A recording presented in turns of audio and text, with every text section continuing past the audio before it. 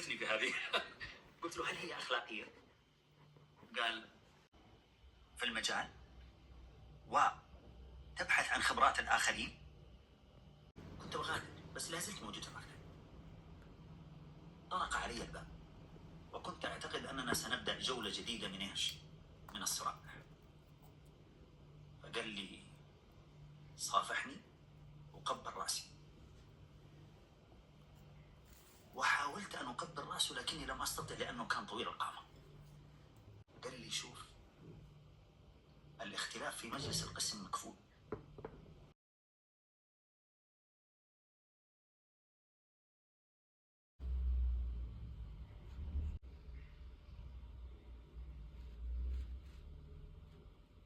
بدء في كتابة ماذا؟ الخطة. إذا مهمات هامة وغير عاجلة. وعاجلة يعني مثلا قالوا لك واحد من أولادك مثلا تعبان أو والدتك تعبان، اللهم صل وسلم على نبينا محمد. إيش المشكلة؟ المشكلة إنه شبابنا اليوم يجي مهمة هامة بياض أسنانه. يعني نحن نرى المناظر الجميلة ونخرج أقبح ما فيها. ترى على فكرة من الحسنات اللي أنتم ما تعرفوها في مربع الناس يا ست، إذا غامرت في شرف مروم فلا تقنع بما دون النجوم.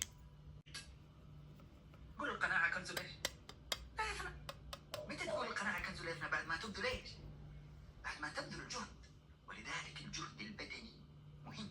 بعض الناس يعتقد انه والله الإيجابية مجرد كلام أنا أتكلم، إنه من وهزي إليك الجذع يسقط لك الرطب ولو شاء أن تجنيه من غير هزة جنة.